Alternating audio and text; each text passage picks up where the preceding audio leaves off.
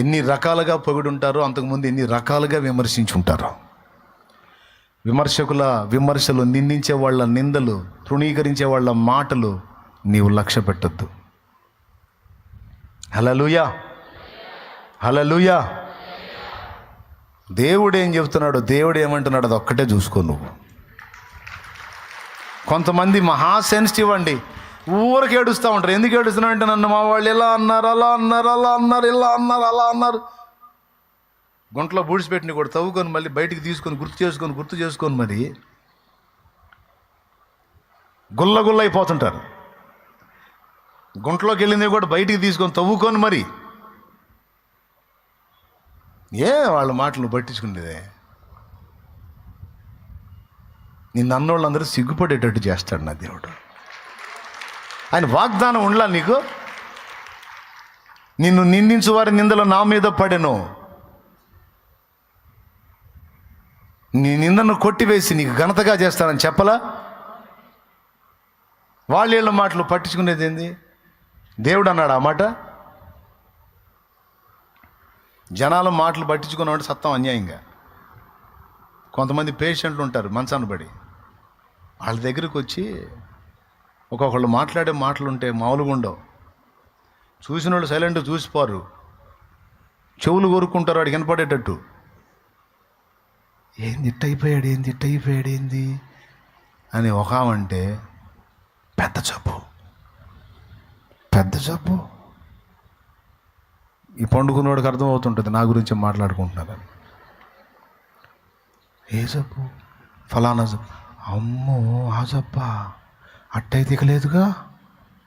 ఆ మాటకి సగం చస్తాడు ఆ మంచంలో ఉన్నాడు. ఆ జబ్బు అయితే ఇక లేదుగా, ఎవడు చెప్పాడు లేదని? దెయ్యం మోహన్ దాన పక్కకు పో, ముందు సైతాన పక్కకు పోని తరిమేయాలి ఆ సైతాన్ని. ఇక లేదు గంట ఏసయ్య బాగు చేయలేని జబ్బు ఏముంది? ఆయన చిత్తం అయితే సచ్చిన వాళ్ళని కూడా లేపుతాడు ఆయన. అలాంటి వాడు ఆయన.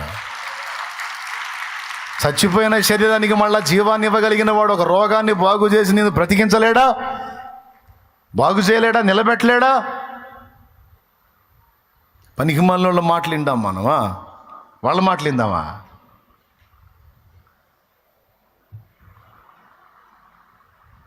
నా ప్రభు ఏమన్నాడు అది కావాలా? నా ప్రభు అన్నాడా? అట్లయితే నేను ఆలోచించాలి. నా ప్రభు అనలేదు ఆ మాట. నా ప్రభు అనలేదంటే నాకు అవకాశం ఉందే. దేవునికే స్తోత్రం కలుగును గాక.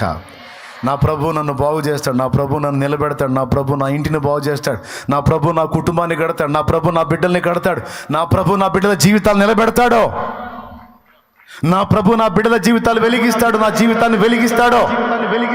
నా దేవుని వైపే చూస్తాను, నా దేవుని నమ్ముకుంటాను. యుద్ధము నాది కాదు, యెహోవాదే. ఈ పనికిమాలిన మాటలతో నాకెందుకు? అవిశ్వాసపు మాటలతో నాకెందుకు? విశ్వాసం లేని మూర్ఖపు తరపుల మాటలు నాకెందుకో?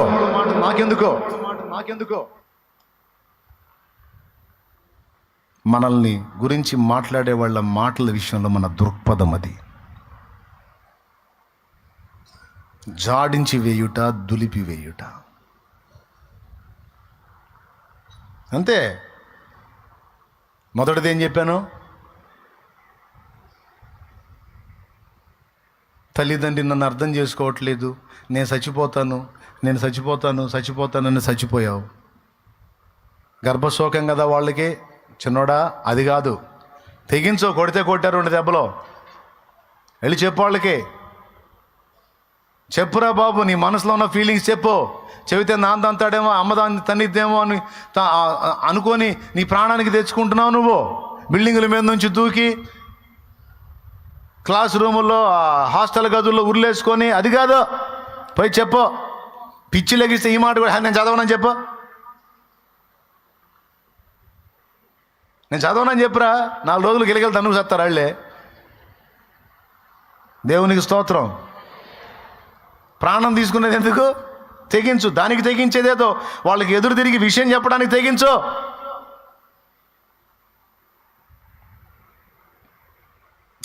ఉన్న సంగతి చెప్పు. వాళ్ళు క్లాస్లో చెబుతున్నారు, నాకు ఎక్కట్లా. అవసరమైతే 1 సంవత్సరం ఆగి మళ్ళీ మొత్తం నేను మొదలు పెట్టుకొని చదువుకొని మళ్ళీ సెట్ చేసుకొని మళ్ళీ వెళ్తాను నేను అని చెప్పు. నా మాట మీరు వినకపోతే ఇక చావు తప్ప నాకు వేరే మార్గం కనపట్లేదని చెప్పు. దండం పెట్టి కూర్చోబెట్టుకుంటారు. దేవునికి స్తోత్రం కలుగును గాక. ఇప్పుడు కొంతమంది అమ్మ పిల్లల్ని జడగొడుతున్నాడు, అమ్మ శాలేమన్నా అనుకుంటారు. పిల్లల్ని జడగొట్టడం కాదు మీ బొంద, పిల్లల్ని జడగొట్టడం కాదు. వాళ్ళు బతకాలంటే తప్పదు. మరి ఎగ్జామ్స్ టైం వచ్చింది, ఎగ్జామ్ రిజల్ట్ వచ్చింది, అప్పుడు ఇంకా ఉంటుంది, అప్పుడు వస్తుంటుంది న్యూస్.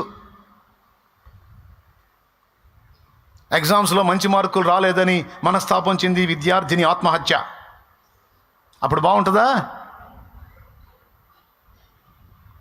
ఎగ్జామ్స్లో ఫెయిల్ అయినందుకు మనస్తాపం చెంది విద్యార్థి ఆత్మహత్య, అప్పుడు బాగుంటుందా?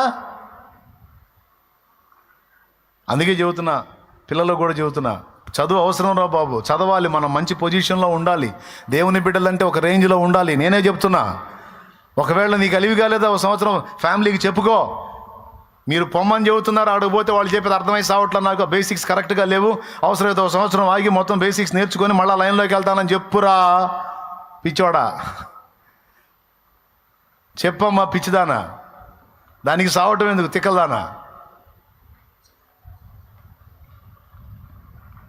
దేవునికి స్తోత్రం కలుగును గాక. హల్లెలూయా. ఎగ్జామ్ స్టార్ట్ అయినాయా? జరుగుతున్నాయా? కరెక్ట్ టైం వచ్చింది ఇప్పుడు. దేవునికి మహిమ కలుగును గాక. కాబట్టి మీ అందరికీ ప్రేమతో చెప్తున్నాను, దయచేసి మీరు ఎదుటి వాళ్ళ విషయంలో జాగ్రత్తగా ఉండండి. ఎదుటి వాళ్ళు మీ విషయంలో వ్యవహరించిన తీరుతెన్నుల విషయంలో మెళకువగా ఉండండి. మూడవది ఏం చెప్తున్నాను? నిరాశ, నిస్పృహ, కృంగుబాటుకి ఎడమియ్యకండి. ఇవన్నీ భక్తులు ఫేస్ చేశారు, కానీ దేవుణ్ణి బట్టి తిరిగి లేచారు వాటిల్లో నుంచి. ఎవరిని బట్టి లేచారు? ఊబిలో నుంచి బయటికి ఎలా వచ్చారు? ఆయన లేపాడు. శృతి ఉన్న పాటలకు విలువలు ఉన్నట్లే కృతజ్ఞతనిచ్చావు, కృపలో నిలిపావు. కృంగిన వేళలో నన్ను లేవనెత్తిన చిరునామా నీవేగా. కృంగిన వేళలో నన్ను లేవనెత్తిన చిరునామా నీవేగా. నీ కృప నిత్యముండును, నీ కృప నిత్య జీవము, నీ కృప వివరింప నా తరమా యేసయ్యా.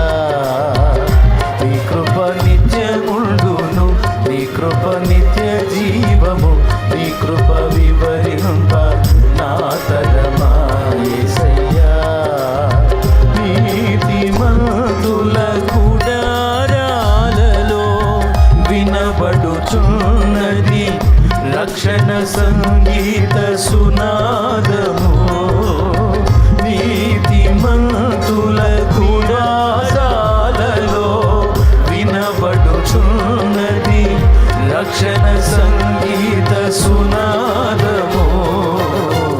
నీ కృప నిత్యముండును, నీ కృప నిత్య జీవము, నీ కృప వివరింప నా తరమా యేసయ్యా. హల్లెలూయా. మనము దేవుని మాటల్ని బట్టి నిరాశ నిస్పృహల్లోంచి, కృంగుబాటులోంచి బయటికి రావాలి. ఎందుకంటే సాతాను నెట్టడానికి చూస్తాడు, నిరాశలోకి నెట్టడానికి చూస్తాడు. దేవుడు అందులో నుంచి బయటికి తీసుకొని రావడానికి చూస్తాడు. నువ్వు దేవుని మాటలను బట్టి బయటికి రావాలి. నీ బిడ్డలు కానీ, ఇంటివారు కానీ, కుటుంబీకులు కానీ, ఇరుగు పొరుగులు కానీ, సంఘ విశ్వాసులు కానీ, ఎవరినైనా నువ్వు కూడా దేవుని మాటల్ని బట్టి బలపరిచాలని బయటికి తెచ్చేటట్టు మాట్లాడాలి. ఆల్రెడీ గుంట్లో దిగుతున్నాడు, 4 బండలు వేసినట్టు మాట్లాడకూడదు. కొంతమంది మాట్లాడట చేస్తాయి, అందుకని చెబుతున్నాను నేను. ఆల్రెడీ 3 భాగాలు మునిగిపోయి ఉంటాడు, వీళ్ళు పోయి ఇంక బయటికి ఎందుకు ఎక్కడే సావయ్యా అని బండలు ఎత్తుంటారు. అలా మాటలు అట్లుంటాయి. ఆ మాటలు పట్టించుకోవద్దు. నీవు ఆ మాటలు మాట్లాడొద్దు. నీ మాట ఎలా ఉండాలంటే పేకల్లోతు దిగినోడు కూడా నీ మాటలను బట్టి పూర్తిగా ఒడ్డుకు రావాలి. నా యేసయ్య మాటలు అట్లాంటి మాటలు, నా యేసయ్య మాటలు అట్లాంటి మాటలు, అవి జీవపు ఊటలో. నీవు కూడా ఇతరులతో అలానే మాట్లాడు. నీ అనుభవాలు చెప్పు, నువ్వు తిన్న దెబ్బలు చెప్పు, నువ్వు పొందిన గాయాలు చెప్పు. ఆ స్థితిలో నుంచి దేవుడు నిన్ను ఎలా బయటికి తెచ్చాడు, ఈరోజు దేవుడు నిన్ను ఎలా నిలబెట్టాడో నీ అనుభవాలు చెప్పి అవతల వాళ్ళని బలపరచో. నీ పిల్లల్ని కూడా ధైర్యపరచు. తల్లిదండ్రులారా మళ్ళీ చెప్తున్నాను, ఎగ్జామ్ రాసేటప్పుడు ఏముండదు, రిజల్ట్ వచ్చినప్పుడు ఇంకా భయంకరంగా ఉంటుంది.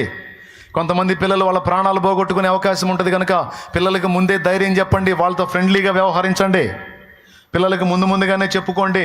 లేకపోతే రేపు ముక్కు పచ్చలారనే పిల్లలు మీ కళ్ళ ముందు విగత జీవులుగా పడుంటే రొమ్ము కొట్టుకున్నారు. పిల్లలతో ఫ్రెండ్లీగా మాట్లాడండి, పిల్లలకు ధైర్యం ఇవ్వండి.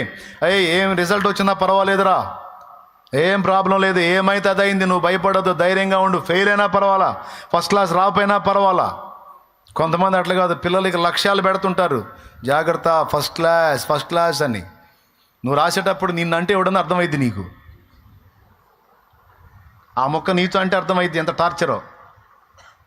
ఈ ఫస్ట్ క్లాస్ అనేసరికి భయం దెబ్బకు లేదు, ఆల్రెడీ ఉన్నవి కూడా పోతాయి. నేను కానీ చిన్నప్పుడు పాట పాడినట్టు